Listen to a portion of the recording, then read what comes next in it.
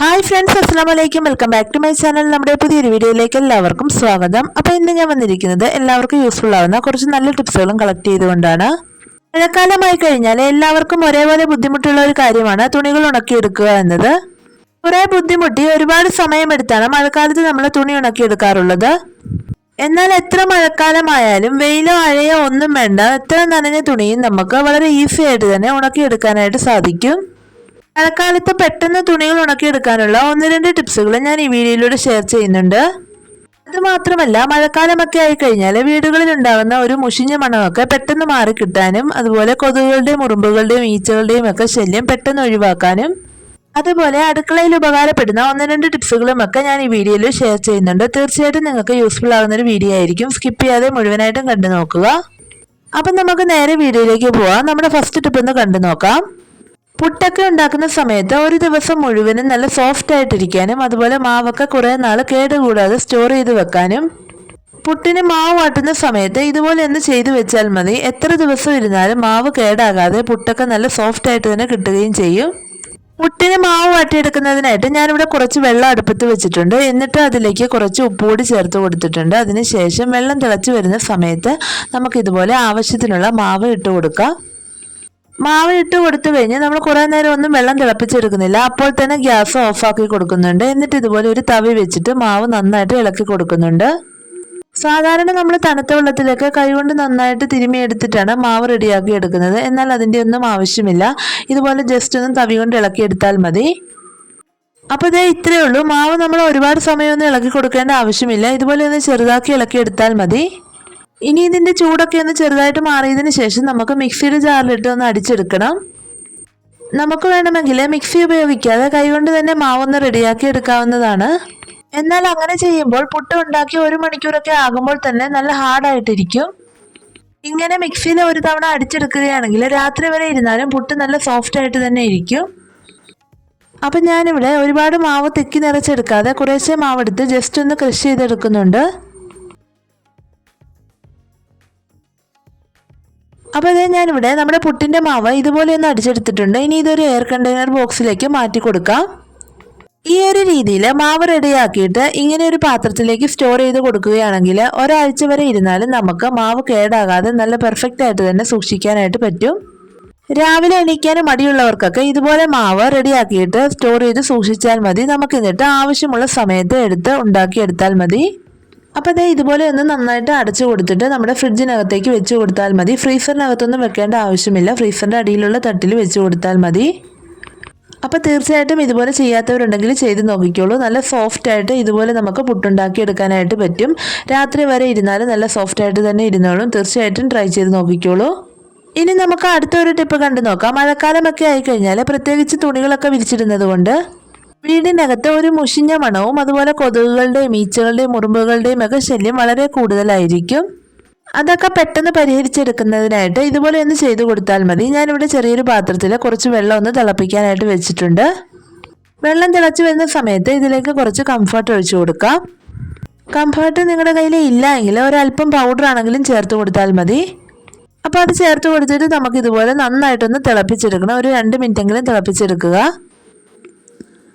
ഇത് തിളച്ച് വരുന്ന സമയത്ത് നമ്മുടെ വീടിനകം മുഴുവനും നല്ല ഒരു സ്മെല്ലായിരിക്കും കിട്ടുന്നത്. ഇത് നമ്മുടെ വീടിനകത്തുണ്ടായിരിക്കുന്ന ആ മുഷിഞ്ഞ മണമൊക്കെ പെട്ടെന്ന് മാറ്റിയെടുക്കാനായിട്ട് സഹായിക്കും.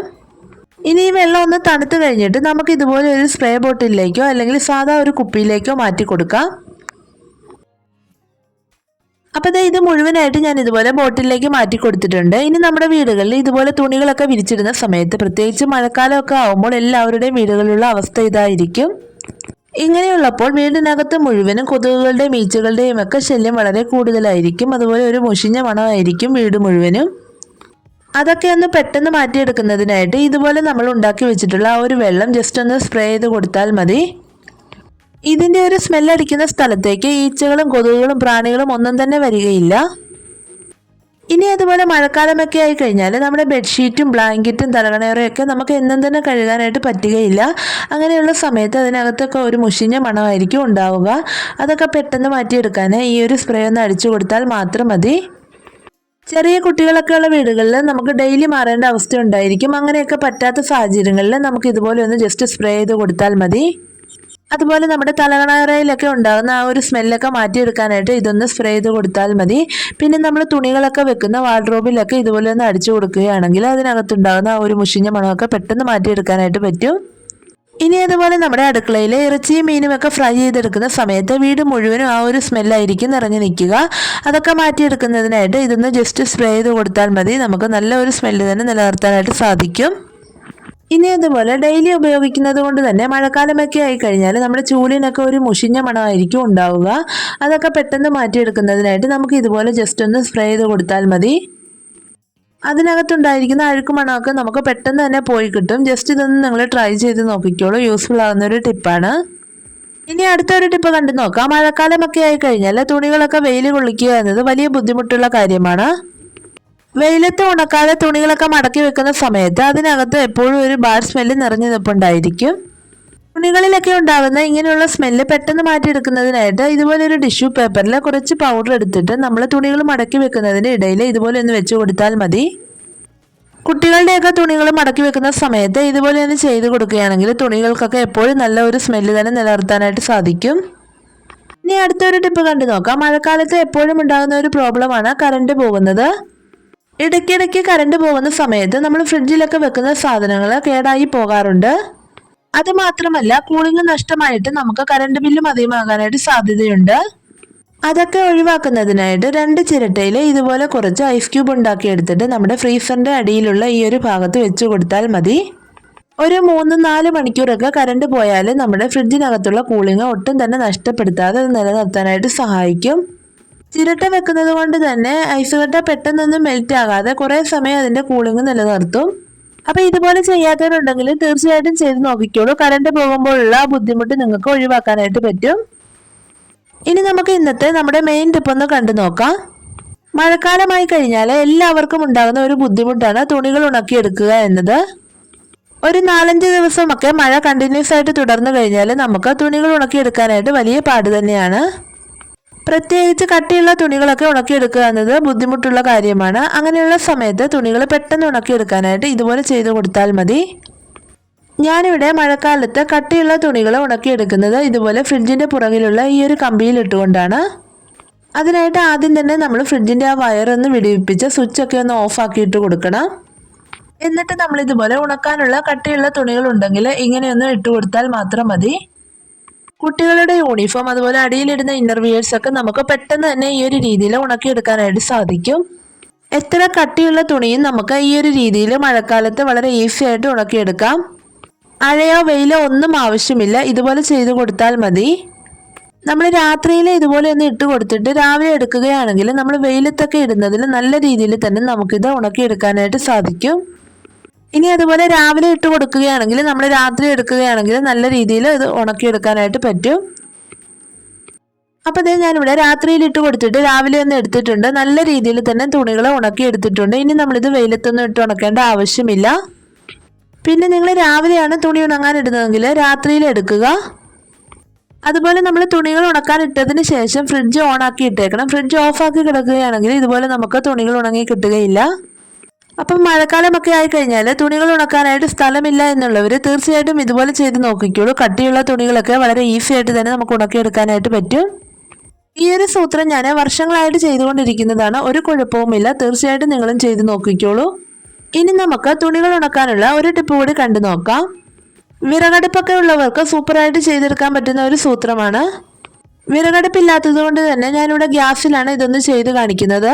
ആദ്യം തന്നെ ഞാനിവിടെ ഒരു പാന അടുപ്പത്ത് വെച്ച് നന്നായിട്ട് ചൂടാക്കി എടുത്തിട്ടുണ്ട്. നല്ലതുപോലെ ഒന്ന് ചൂടായി വന്നതിന് ശേഷം ഇതുപോലൊരു സ്റ്റീലിൻ്റെ പാത്രം അതിൻ്റെ മുകളിലായിട്ട് വെച്ച് കൊടുത്തിട്ടുണ്ട്. ഇതുപോലെ നല്ല വലിപ്പമുള്ള ഒരു പാത്രം തന്നെ വെച്ച് കൊടുക്കുക. ഇനി പാത്രം ഒന്ന് ചൂടായി വന്നതിന് ശേഷം നമുക്ക് ഉണക്കാനുള്ള തുണി ഇതിലേക്ക് ഇട്ട് കൊടുക്കാം. ഈ ഒരു രീതിയിൽ നിങ്ങൾക്ക് കട്ടിയുള്ള ഏത് തുണിയും ഇതിനകത്തേക്ക് വെച്ച് കൊടുത്ത് ഉണക്കിയെടുക്കാവുന്നതാണ്. വിറകടുപ്പൊക്കെ ഉള്ളവർക്ക് അടുപ്പിലെ പണികളൊക്കെ കഴിഞ്ഞതിന് ശേഷം ഇതുപോലെ ഒരു പാത്രം വെച്ച് കൊടുത്തിട്ട് ഈ ഒരു രീതിയിൽ ഉണക്കിയെടുക്കാവുന്നതാണ്. ഇങ്ങനെ തുണി ഉണക്കിയെടുക്കുമ്പോൾ നമ്മൾ അടുത്ത് നിന്നുകൊണ്ട് തന്നെ വേണം അത് ചെയ്തെടുക്കാൻ. ഇതുപോലെ തിരിച്ചു മറിച്ചു വിട്ട് പെട്ടെന്ന് തന്നെ നമുക്ക് ഉണക്കിയെടുക്കാവുന്നതാണ്. കുട്ടികളുടെ കട്ടിയുള്ള തുണികളൊക്കെ ഉണക്കിയെടുക്കുക എന്നത് മഴക്കാലത്ത് വലിയ ബുദ്ധിമുട്ടുള്ള കാര്യമാണ്. ഇതുപോലെ ചെയ്തു കൊടുക്കുകയാണെങ്കിൽ വളരെ ഈസി ആയിട്ട് തന്നെ നമുക്ക് ഉണക്കിയെടുക്കാനായിട്ട് പറ്റും. കണ്ടില്ലേ, ആ നനഞ്ഞ തുണി നമ്മൾ ഇതുപോലെ വളരെ പെട്ടെന്ന് തന്നെ ഉണക്കി എടുത്തിട്ടുണ്ട്. വെയിലോ അഴയോ ഒന്നും തന്നെ ആവശ്യമില്ല. ഇതുപോലെ ഒന്ന് ചെയ്ത് കൊടുത്താൽ മതി. വിറകടുപ്പില്ലാത്തവർക്ക് ഇതുപോലെ ഗ്യാസിൽ ചെയ്ത് കൊടുക്കാവുന്നതാണ്. നമ്മൾ ഹൈ ഫ്ലെയിമിലൊന്നും ഇട്ട് കൊടുക്കണ്ട, ലോ ഫ്ലെയിമിൽ തീ വെച്ച് കൊടുത്തിട്ട് ഇതുപോലെ ഒന്ന് ചൂടാക്കി എടുത്താൽ മതി. മഴക്കാലത്ത് തുണികൾ ഉണക്കിയെടുക്കാനായിട്ട് ബുദ്ധിമുട്ടുള്ളവരെ ഈ 2 ടിപ്പിൽ ഏതെങ്കിലും ഒന്ന് ചെയ്ത് നോക്കിക്കോളൂ. ഒട്ടും ബുദ്ധിമുട്ടില്ലാതെ അഴയും വെയിലും ഒന്നും ആവശ്യമില്ലാതെ നമുക്ക് തുണികൾ വേഗത്തിൽ ഉണക്കിയെടുക്കാനായിട്ട് പറ്റും. അപ്പോൾ ഇത്രയുള്ള നമ്മുടെ ഇന്നത്തെ വീഡിയോ. മഴക്കാലത്ത് യൂസ്ഫുൾ ആവുന്ന കുറച്ച് നല്ല ടിപ്സുകളാണ് ഞാൻ ഈ വീഡിയോയിലൂടെ ഷെയർ ചെയ്തത്. തീർച്ചയായിട്ടും നിങ്ങൾക്ക് ഉപകാരപ്രദമായി കാണുമെന്ന് വിശ്വസിക്കുന്നു. അതുപോലെ വീഡിയോ ഇഷ്ടപ്പെട്ട് കാണുമെന്ന് വിചാരിക്കുന്നു. വീഡിയോ ഇഷ്ടപ്പെട്ടെങ്കിൽ ഒന്ന് ലൈക്ക് ചെയ്യുക. അതുപോലെ നിങ്ങളുടെ ഫ്രണ്ട്സിനും ഫാമിലിക്കും ഒക്കെ ഒന്ന് ഷെയർ ചെയ്ത് കൊടുക്കുക. അതുപോലെ നിങ്ങളുടെ അഭിപ്രായങ്ങളൊക്കെ ഒന്ന് കമൻറ്റ് ബോക്സിലൂടെ അറിയിക്കുക. പിന്നെ നമ്മുടെ ചാനൽ ആരെങ്കിലും സബ്സ്ക്രൈബ് ചെയ്യാനുണ്ടെങ്കിൽ ഒന്ന് സബ്സ്ക്രൈബ് ചെയ്ത് സപ്പോർട്ട് ചെയ്യുക. അപ്പോൾ അടുത്ത നല്ലൊരു വീഡിയോയുമായിട്ട് വീണ്ടും കാണാം. Thanks for watching.